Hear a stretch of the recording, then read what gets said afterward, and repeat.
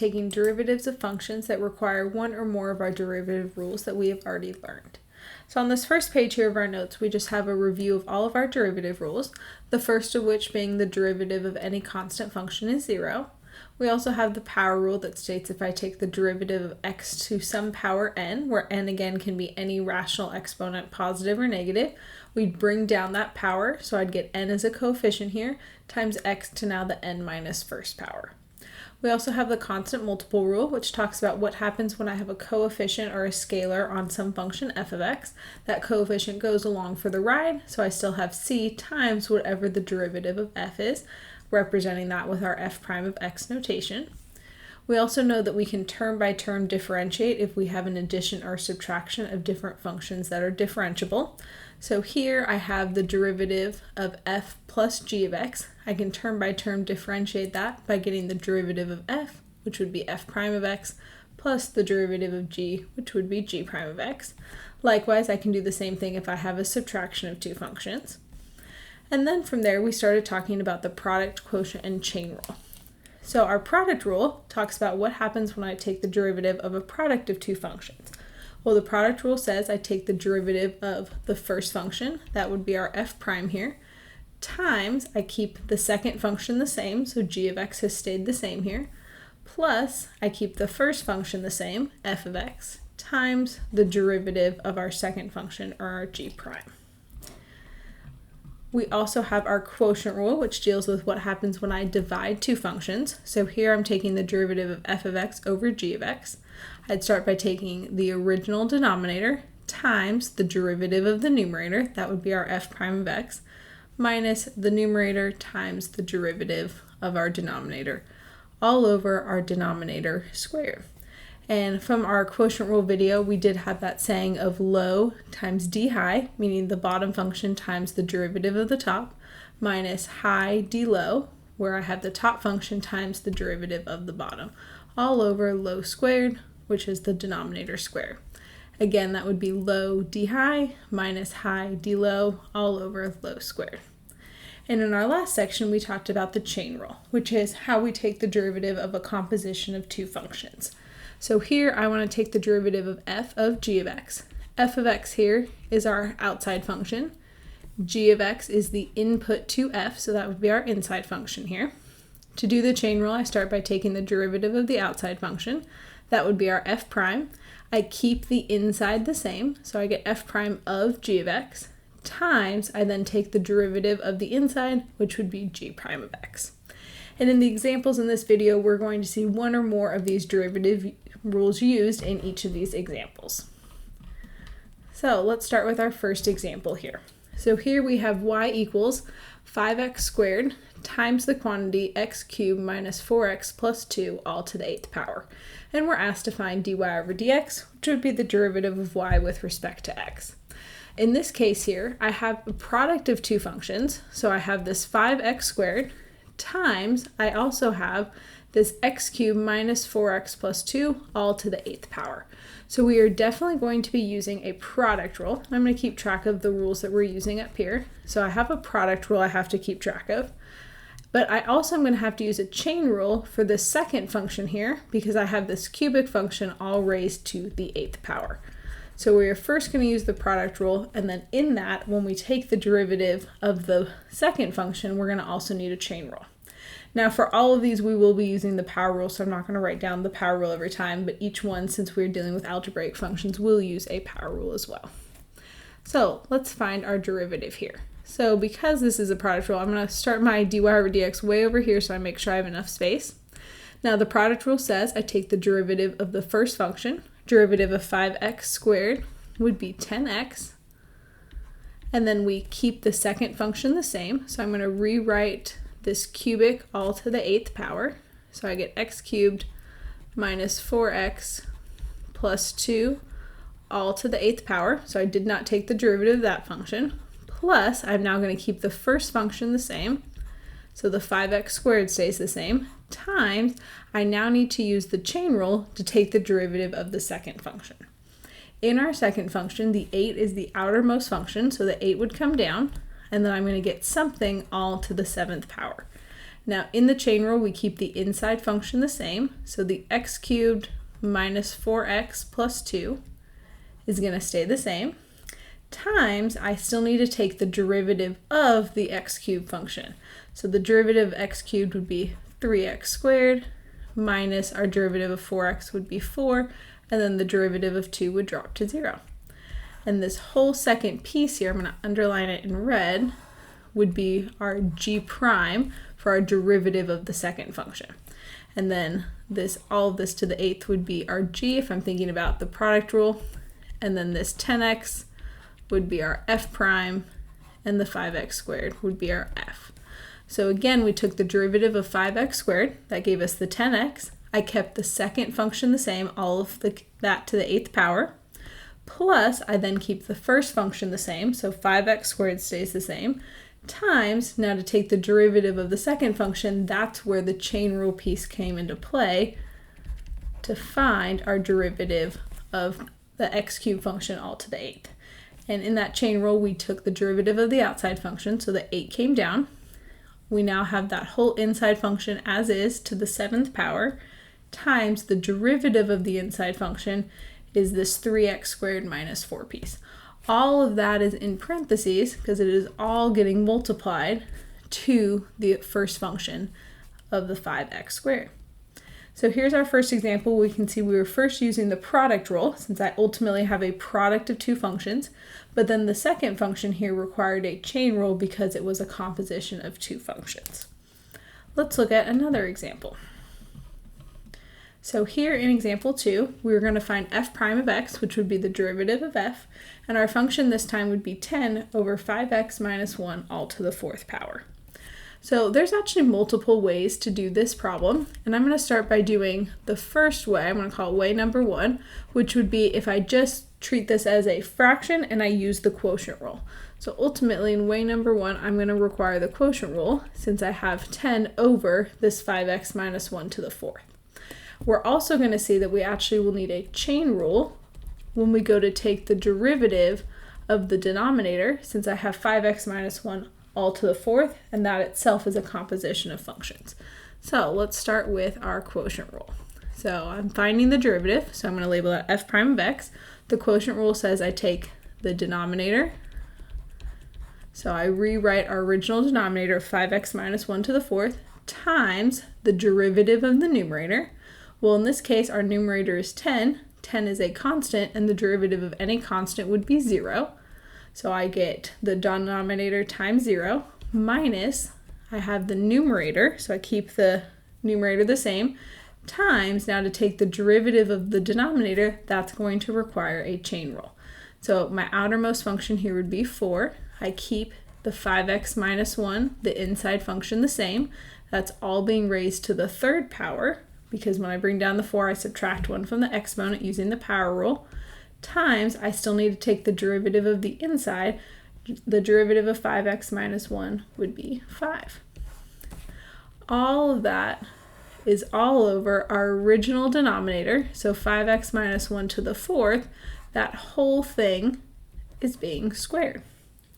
So to reiterate parts of this again, I'm going to use the highlighter for us. So my numerator would be the 10, and then I start with the I start with the original denominator, so I'm going to highlight that in blue. So this is the 5x minus 1 all to the 4th, so that stayed the same, times the derivative of the numerator, which would be the derivative of 10 is 0, minus, keep the numerator the same, times the derivative of the denominator is this whole piece that requires the chain rule.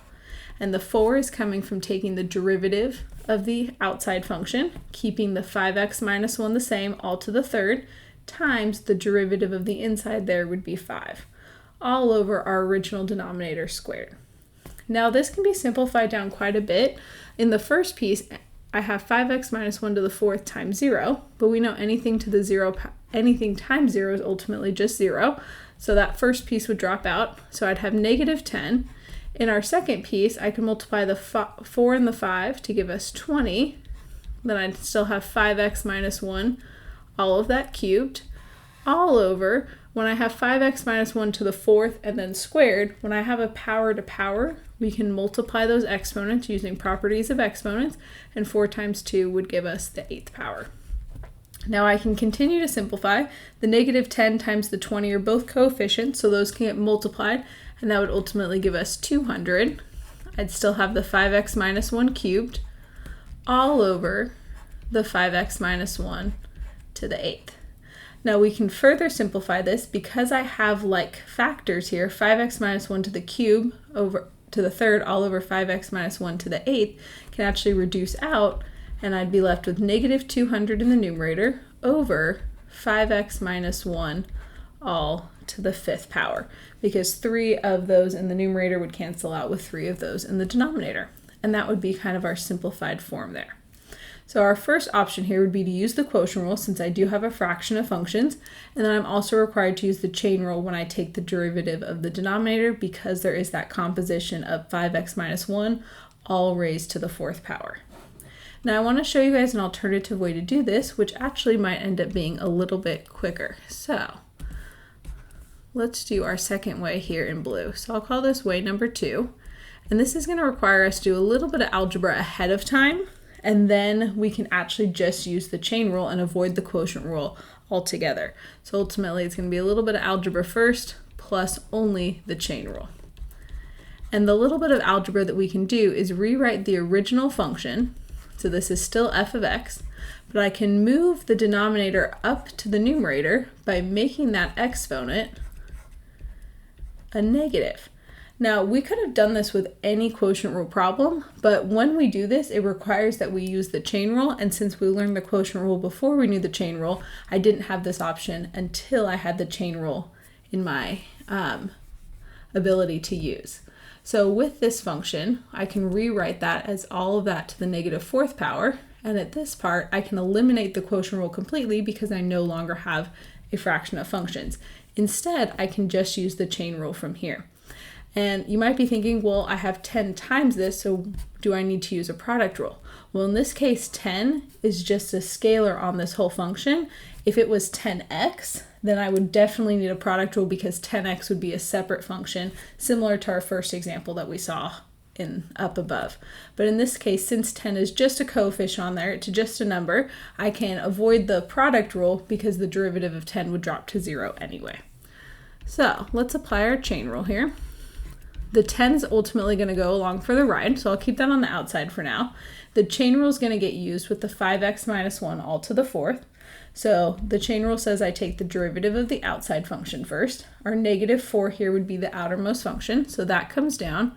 We keep the inside the same, so we get 5x minus 1 stays the same, all to now the negative 5th power because we subtracted 1 off from our exponent, times I now need to take the derivative of the inside.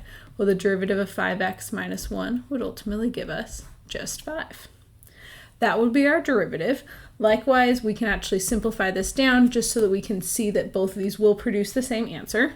I've got 10 times negative 4 times 5 would give us negative 200, because again, I get the negative 4 and the 5, give us negative 20, times 10 would give us negative 200, and then I still have the 5x minus 1 all to the negative 5th.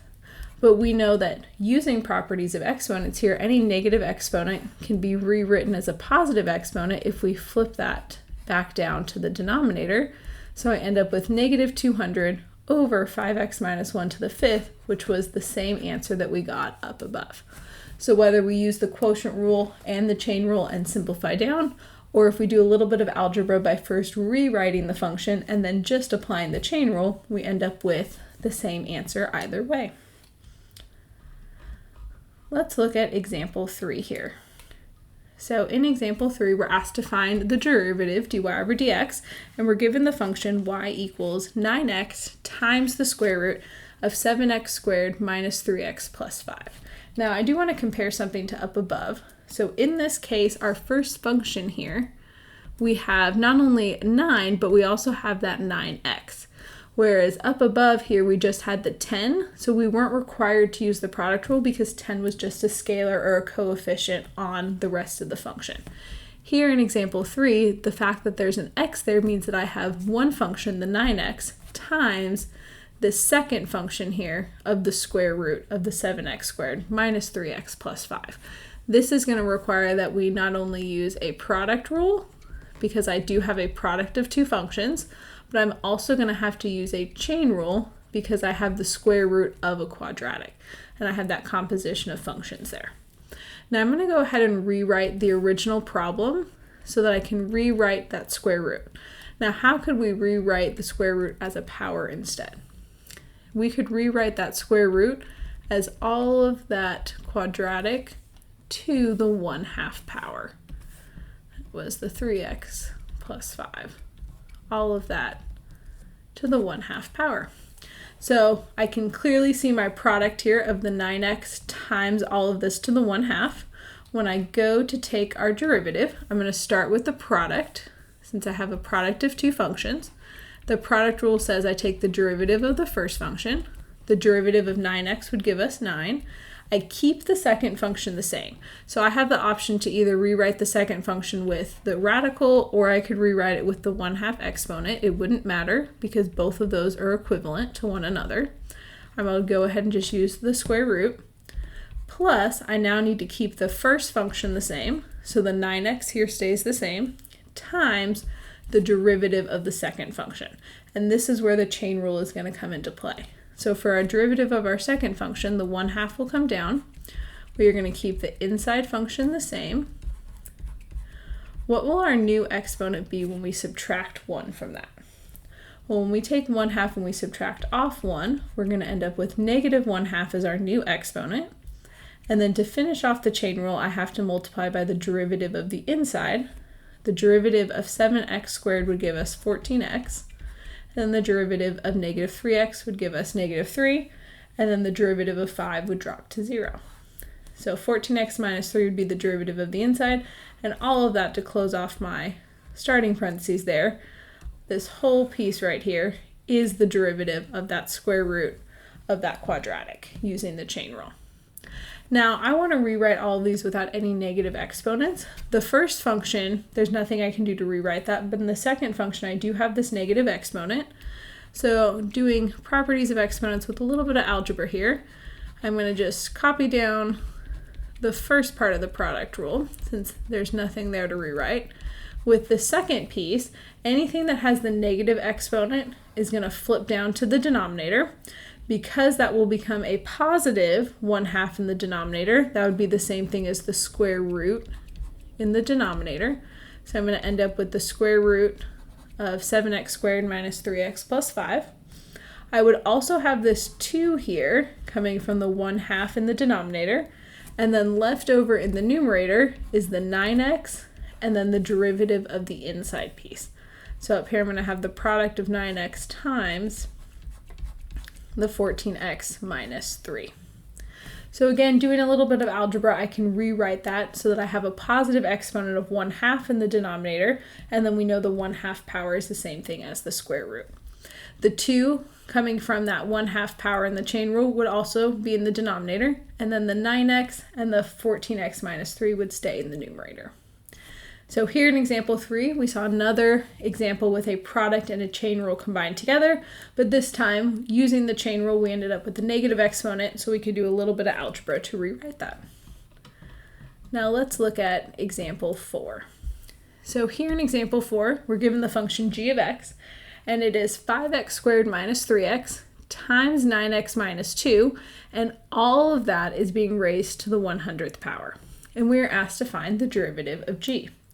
So in this case, we still have a product of two things, but instead of it being a product where only one piece is being raised to an extra power, instead the entire product is being raised to a power overall. Now, as this stands, I would actually first have to use the chain rule, and then when I take the derivative of the inside, I would need to use the product rule as well. But because the 100 up here in the exponent is the outermost function, I have to start by applying that chain rule because I ultimately have a composition. So let's start our derivative here. To take the derivative of something to the 100th power, the 100 would come down. I'd get the entire inside function now to the 99th power by subtracting 1 off. The inside function is going to stay the same. So I'm going to copy down this product here. So 5x squared minus 3x times 9x minus 2. So in the chain rule, that inside function stays the same, times I now need to take the derivative of the inside function. To take the derivative of this will require the product rule. So I'm going to emphasize this by changing the color here and doing our product rule piece here actually in purple for the derivative of the inside. So the product rule says I take the derivative of one function at a time. So I take the derivative of 5x squared would give me 10x. Derivative of 3x would give me, derivative of negative 3x would give me negative 3. So that piece is the derivative of the first function. Keep the 9x minus 2 the same. Plus, I now keep the first function the same. So that quadratic stays the same. Times the derivative of the second function would give us just 9. All of that is in big parentheses. That whole sum together is ultimately the derivative of the inside. So I want to recap this here. We first used the chain rule since the 100 is the outermost function. So in my chain rule, the 100 comes down. We keep the inside function the same here. So this product of this quadratic times the 9x minus 2 stays the same. All of that is raised to the 99th power using the power rule. Then from there, I need to take the derivative of the inside function, but because the inside function is a product of two things, this will require a product rule. And in our product rule here, the 10x minus 3 would be like our f prime. It would be our derivative of the first function. Then I would keep the second function the same, so the 9x minus 2 stayed the same. Plus, I then keep the first function the same, so the 5x squared minus 3x stays the same, times this 9 here is the derivative of the second function, or that 9x minus 2, for all of that. So again, take the derivative of the first function, keep the second function the same, plus keep the first function the same times the derivative of the second. It's important to note, though, that these parentheses on the outside here are absolutely necessary because that whole thing is ultimately the derivative of the inside part of the chain rule. So the whole thing has to be multiplied to this whole mess to the 99th power. Okay, let's look at example 5. So here we have y equals 12 times the cube root of x squared minus 10x minus 8, and we're asked to find the derivative. Well, the first thing that would be helpful to do would be to rewrite the original function so I can clearly see what the power is. How could we rewrite the cube root? Well, the cube root could be rewritten as the 1/3 power. So I have 12 times x squared minus 10x minus 8. All of this is being raised to the 1/3 power since all of that is inside of the cube root. Now from here, I want to take my derivative. Now, what rules are we going to need to take the derivative here in example 5? Now here in example 5, the only rule I actually need to use is ultimately the chain rule. Although I do have this 12 in front, the 12 itself is just a scalar. It's a coefficient on the remaining part of that function. So although it is a product there of 12 times that, the product rule is not required because the 12 is just a scalar. And anytime I have a scalar or a coefficient times a function, that coefficient goes along for the ride. So I'm going to start by taking my derivative here. That 12 is going to go along for the ride. I ultimately will need a chain rule here because of the quadratic all raised to the 1/3. What is our outermost function here when I go to take the derivative of our cube root that we have? So in this case, our outermost function would be the 1/3 power. So I'd start by taking that derivative. The 1/3 would come down. What would my new exponent be when I subtract 1? From here, when I subtract 1, I'd get negative 2/3 as our exponent. I then need to keep the inside function the same. So I'm going to rewrite that whole quadratic times I now need to take the derivative of the inside. What would the derivative of the inside be? Well, our derivative of x squared would give us 2x, and then the derivative of negative 10x would give us negative 10, and then the derivative of negative 8 would drop to 0 since that is just a constant. And then close the final parentheses from the 1/3. Now there is a little bit of simplification that I can do. The 12 times the 1/3 can simplify down, and that would just give us 4. I also have this negative exponent, so I can flip that part of this down to the denominator. So I'd get x squared minus 10x minus 8, all to now the positive 2/3 by moving that piece down to the denominator. Left over in the numerator, we kind of just shift over the 4 there, because I still do have the 4 from 12 times 1/3, but I also have that 2x minus 10 as well in our numerator. So 12 times 1/3 again gave us the 4, the 2x minus 10 stays in the numerator, and then because of the negative exponent, that piece to the 2/3 flips down to our denominator with that. And if you tried to use a product rule with it, it wouldn't be wrong, but one piece of it would just drop to 0, since the derivative of 12, if I were to treat that as its own function, would just be 0. So half the product rule would go to 0 anyway, leaving us with just the second half, which is where we just take the derivative of ultimately the cube root, and then the 12 as a coefficient goes along for the ride. Let's look at one more example together. So here in example 6, we're asked to find our derivative. We're given y equals 18 over the square root of x to the 5th minus 5x to the 4th plus x squared. The first thing I want to go ahead and redo is rewrite what the square root is. Now we know that the square root would be the same thing as the 1/2 power. So I'd get x to the 5th minus 5x to the 4th plus x squared, all of that to the 1/2 in the denominator still. And then I have 18 in my numerator. I'm setting this equal to y since this is still the original function. And from here I really do have two options. So this is similar to, I believe it was example 2 we saw up above, but we could use the quotient rule as it stands, or I'm going to go ahead and rewrite this as a negative exponent. So I get x to the 5th minus 5x to the 4th plus x squared, all to the negative 1/2. Because personally my preference would be to kind of avoid the quotient rule here and just rewrite this as a negative exponent, so I could just chain rule this overall. Now to do this, we are going to use the chain rule like I said. The 18 is a coefficient, so it's going to come along for the right here. So I'm going to get 18 times, our outermost function here would be the negative 1/2, so the negative 1/2 would come down. We keep the inside function the same, so this x to the 5th minus 5x to the 4th plus x squared all stays the same. Now all of this is going to be raised to the negative 3/2 power, because we're ultimately subtracting 1 from negative 1/2, so I'd end up with negative 3/2. There we go. There we go.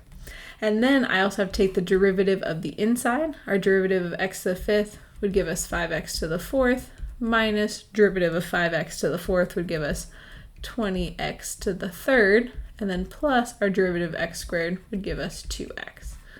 Close parentheses. So we took the derivative of the outermost function, so the negative 1/2 comes down, keep the inside function the same. When we subtract 1 off from that, we end up with negative 3/2 times this last piece here that I'm underlining is the derivative of the inside. Now, just like in prior examples, there's a little bit of simplification we can do. 18 times negative 1/2 would ultimately give us negative 9. This piece that is to the negative exponent, I can go ahead and flip down to the denominator and make it a positive exponent. So we get x to the 5th minus 5x to the 4th plus x squared, all to the 3/2 power. That's positive since we flipped it down, times our derivative of the inside would stay in the numerator. So I'm going to put that in parentheses so it is all multiplied to the negative 9. And that whole fraction there would be our simplified derivative. So 18 times negative 1/2 gave us the negative 9. This whole piece to the negative 3/2 flips down to the denominator and becomes to the positive 3/2 power. And then we still have that derivative of the inside, which would stay in our numerator. And that again would be our final kind of simplified form of our derivative. So in this video, we've seen 6 different examples where we had to combine one or more of our derivative rules. In all of them, we were definitely using the power rule since we're dealing with just algebraic functions here. In this last example, we saw a chain rule. Up above, we saw some examples that had a product in a chain rule or a quotient or a chain rule. And then in 2 of these examples, we kind of saw the trick where we could have algebra kind of help us to rewrite these functions, and then we can in turn avoid the quotient rule and just use the chain rule overall.